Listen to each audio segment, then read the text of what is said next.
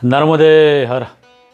नमस्कार दोस्तों, स्वागत है आप सभी का सिंपल मार्ग के प्रश्नोत्तरी वीडियो के एक और एपिसोड में। और जो सिंपल मार्ग परिवार से नए जुड़े हैं या जो लोग नहीं जानते उन्हें बता देता हूँ कि आपके द्वारा कमेंट बॉक्स में जो प्रश्न पूछे जाते हैं उन सभी प्रश्नों के उत्तर या जवाब लिख कर देना संभव नहीं होता है, और इसीलिए उन प्रश्नों के उपलक्ष्य में मैं प्रश्नोत्तरी वीडियो बनाता हूँ जो हर महीने की 2 तारीख मतलब कि 15 और 30 तारीख को वीडियो अपलोड होता है। तो शुरू करते हैं आज के प्रश्नोत्तरी वीडियो की। और आज के प्रश्नोत्तरी वीडियो की शुरुआत में सबसे पहला प्रश्न लेते हैं। ये प्रश्न है श्री अजय तोमर जी का। और अजय तोमर जी कहते हैं, नर्मदे हर प्रभु, आप चतुर्मास कहाँ कर रहे हैं? या 2024 की परिक्रमा पूर्ण हो गई है? आपकी आगे यात्रा नर्मदा परिक्रमा कब प्रारंभ करेंगे? सबसे पहले तो अजय सिंह जी आपको बता देता हूँ कि अभी तक हमारी परिक्रमा पूर्ण नहीं हुई है और ना ही हम किसी जगह पर रुककर चतुर्मास कर रहे, क्योंकि हम खंड परिक्रमा कर रहे। तो हमने खेड़ी घाट से अपनी यात्रा रोक दी थी और वर्तमान में हम घर पर हैं और दीपावली के बाद हम अपनी यात्रा कंटिन्यू करेंगे वहीं से, खेड़ी घाट से। दूसरी कमेंट है श्री दिलीप हेगड़े जी की। और दिलीप हेगड़े जी कह रहे हैं, per day how many kilometre your walk? प्रतिदिन आप कितना किलोमीटर चलते हैं इस यात्रा में? अब दिलीप जी, ऐसी बात है कि प्रतिदिन जैसे कि वीडियो में हम बताते हैं, हमारा कोई निश्चित समय नहीं है या फिर कोई निश्चित दूरी तय करना तय नहीं है। जहाँ तक हमारा मन करता है वहाँ चल लेते। कभी 10 किलोमीटर, कभी 5, कभी 15, कभी 20 भी चल लेते हैं। अगली कमेंट है श्री कल्पना बहन की। और कल्पना बहन कह रही है कि उत्तर वाहिनी परिक्रमा कैसे शुरू करें और कहाँ से कितने दिन में पूरी करें नर्मदे हर? तो कल्पना बहन, ऐसा है कि उत्तर वाहिनी परिक्रमा 2 जगह पर होती है। एक मंडला से शुरू होती है और एक गुजरात में तिलकवाड़ा या रामपुरा से होती है। तिलकवाड़ा वडोदरा ज़िले में पड़ता है और रामपुरा नर्मदा ज़िले में, मतलब कि सामने के तट से। और ज़्यादातर लोग जो लोकल है वो रामपुरा से करते, बाकी तिलकवाड़ा से करते हैं। और तिलकवाड़ा आने के लिए आपको वडोदरा आना पड़ेगा और वडोदरा से बहुत सारी बसें तिलकवाड़ा जाती है और वहीं से यात्रा की शुरुआत होती है। वहाँ पर मारुति धाम है और श्री टम्बे स्वामी महाराज ने जहाँ पर चतुर्मास किया था वो स्थान है। वहीं से लोग उत्तर वाहिनी परिक्रमा यात्रा करते हैं और ये 18 से 20 किलोमीटर की यात्रा है और एक ही दिन में, मतलब सुबह जल्दी चालू करते हैं तो 11-12 बजे तक पूर्ण हो जाती है। अगली कमेंट है श्री दिव्या बहन की। और दिव्या बहन कह रही है, नर्मदे हर वीरेंद्र भाई, ये यात्रा दिखाकर आप बहुत पुण्य का काम कर रहे हैं। आपके साथ हम भी घर बैठे मानसिक यात्रा पर कर रहे हैं। पूरे मार्ग में इतनी सुंदर जगह है, सच में बहुत आनंद आ रहा है। ये यात्रा देखकर इतनी मेहनत करने के लिए आपका बहुत बहुत धन्यवाद। आपका भी बहुत बहुत धन्यवाद दिव्या बहन। मेरा एक सवाल है वीरेंद्र भाई, क्या यहाँ पहाड़ों और जंगल में ज़मीन खरीदनी पड़ती है या ऐसे ही अच्छी जगह देखकर घर बना लेते हैं नर्मदे हर? देखिए दिव्या बहन, ऐसा है, चाहे पहाड़ हो या जंगल हो, वर्तमान समय में हम 1 इंच भी ज़मीन कहीं से ले नहीं सकते। और अगर जिसको भी घर बनाना, चाहे वो लोकल हो या बाहर का हो, जो भी हो, या तो ज़मीन किसी से खरीदनी पड़ती है या जो ज़मीन का मालिक है या फिर जो वन विभाग है वहाँ से परमिशन लेकर लोग घर बना सकते हैं। और वन विभाग जो परमिशन देता वो लोकल लोगों को देता है, किसी बाहरी व्यक्ति को नहीं देता है। अगर बाहरी व्यक्ति को वहाँ पर मकान बनाना है तो वहाँ के लोकल जो लोग हैं और जिनको अलॉट की हुई है ज़मीन, उनसे खरीदनी पड़ती है। अगली कमेंट है श्री जगबीर शौकीन, इनकी आईडी का नाम है, इनका नाम है। और जगबीर जी कह रहे हैं कि मैं दिल्ली में रहता हूँ, मेरा नाम जगशीर सिंह है। इनका नाम जगशीर सिंह या जगबीर सिंह ऐसा है। इनकी उम्र 62 वर्ष की है। और जगबीर जी कह रहे हैं, नर्मदे हर वीरेंद्र जी, मेरी इच्छा है कि मैं परिक्रमा करूं, लेकिन मैं बीमार हूं, दवाई खानी पड़ती है। 24 घंटे में 10 बार दवा खाता हूं। क्या बस द्वारा संभव हो सकेगा? अगर ओमकारेश्वर से बस द्वारा संभव हो तो मार्गदर्शन करें। जी बिल्कुल जसबीर जी, आपके जैसे प्रश्न बहुत सारे लोगों के होते कि वाहन से परिक्रमा कर सकते या फिर बस के द्वारा कर सकते हैं। सबसे पहले तो बता दें कि वाहन के बारे में। तो वाहन से मतलब कि आप मोटरसाइकिल से, एक्टिवा से, या फिर आपके पास 4 व्हील है तो उससे आप यात्रा कर सकते हैं। और रही बात बस की, तो भाई बस भी बहुत सारी चलती है और बहुत से आयोजक है जो बस के द्वारा परिक्रमा करवाते हैं, जो यात्रा 10 या 15 दिन में या फिर 20 दिन में पूर्ण होती है। तो आप अगर यूट्यूब पर अगर तपास करेंगे तो आपको ऐसे आयोजक के नंबर मिल जाएंगे। और अगर मेरे द्वारा संभव हुआ तो मैं भी आपको नंबर व्हाट्सएप कर दूँगा। अगली कमेंट है श्री अद्भुत भूमि जी की। और अद्भुत भूमि जी का कहना है, इनकी आईडी का नाम है ऐसा, कि नर्मदा परिक्रमा में संकल्प के बाद हम सेविंग मतलब कि दाढ़ी करवा सकते हैं। तो देखिए, पहले भी मैं कई बार बता चुका हूँ कि जो परिक्रमा है ये आध्यात्मिक यात्रा है और इसमें लोग एक प्रकार से सन्यासी जीवन जीते, सादा जीवन जीते हैं।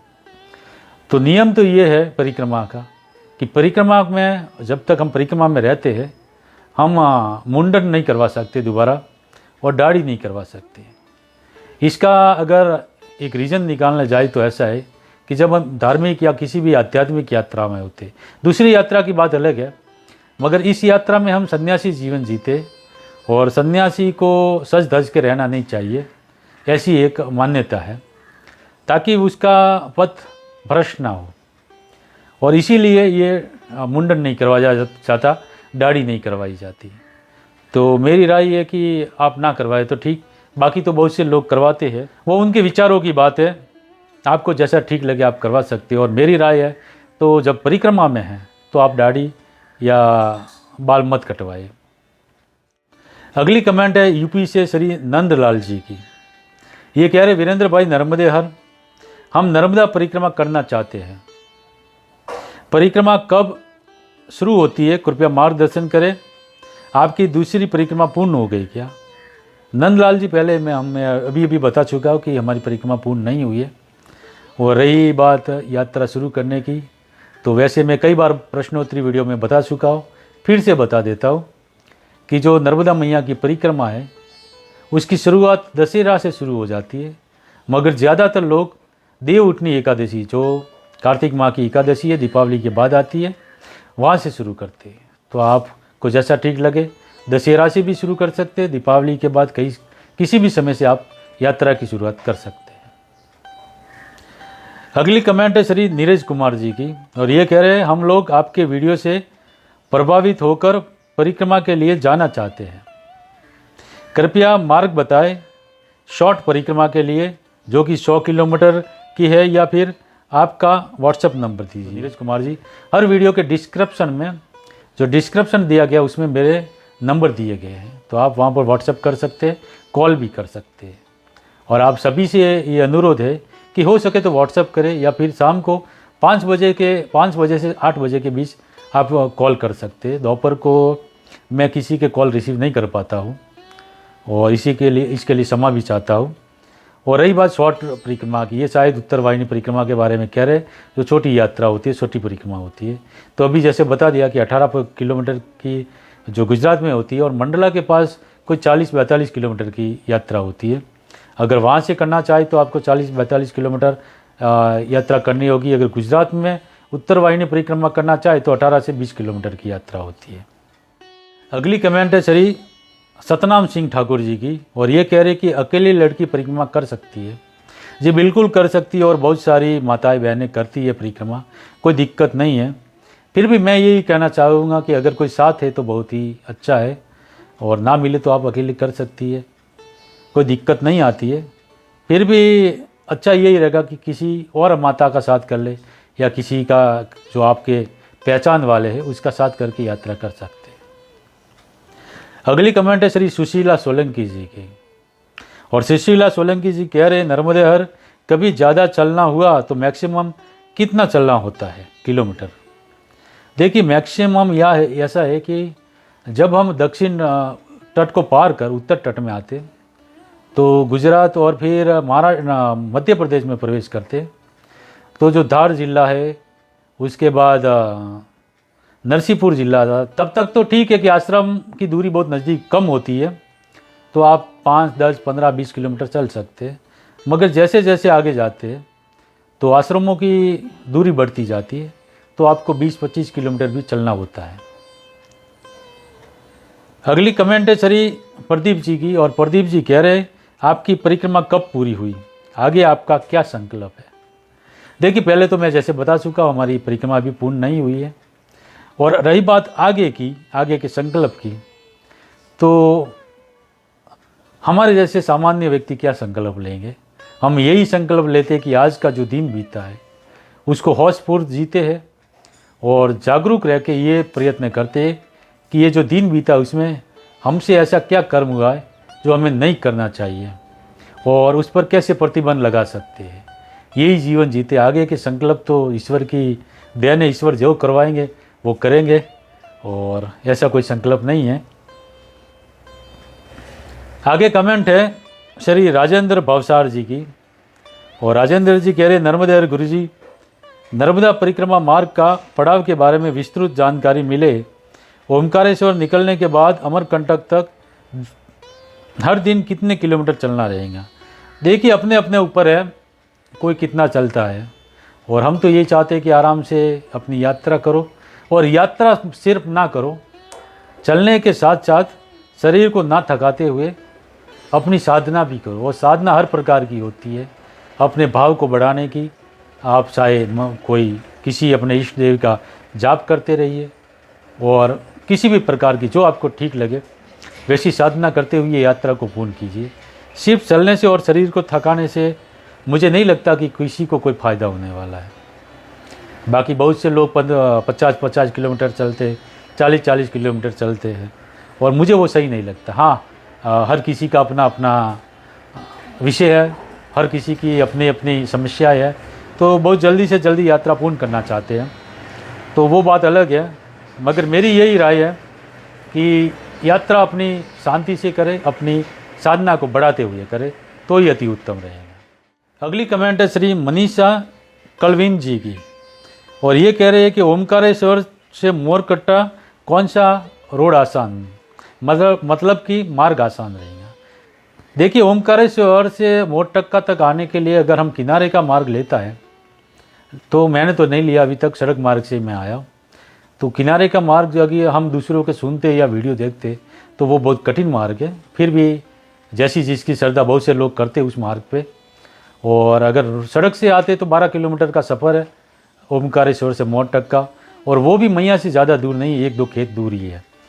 तो सड़क मार्ग से भी आसानी से कर सकते। अगर किनारे से जाते तो थोड़ा वहाँ पे चढ़ाई, पहाड़ थोड़ा खड़ा पहाड़ है, तो वहाँ पर दिक्कतें आती है।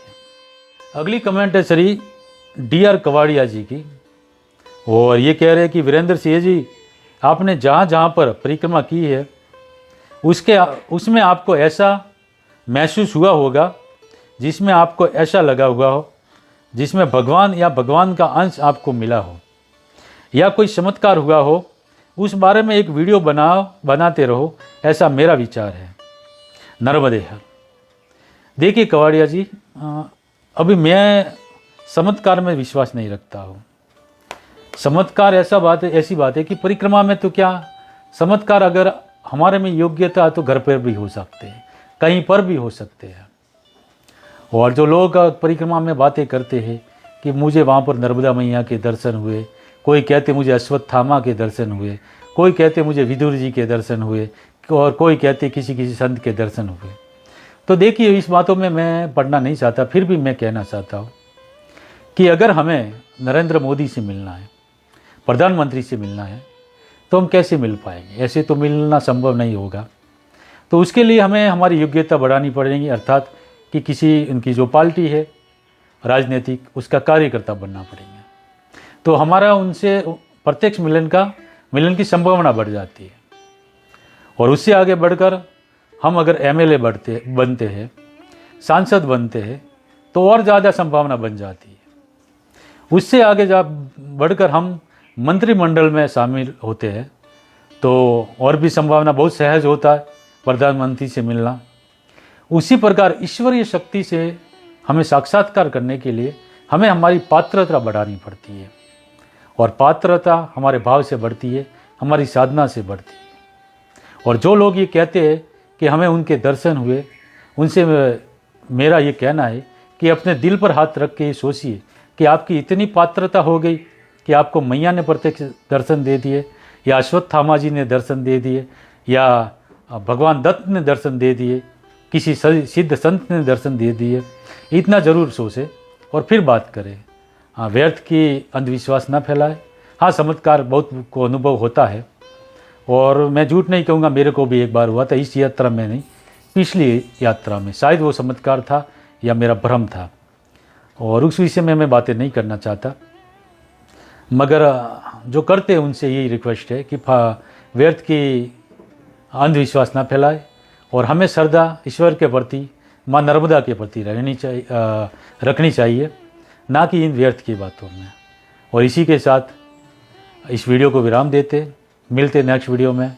अगर आपका कोई प्रश्न है तो कमेंट बॉक्स में अवश्य पूछे, मैं उस प्रश्न का जवाब देने का प्रयास करूँगा।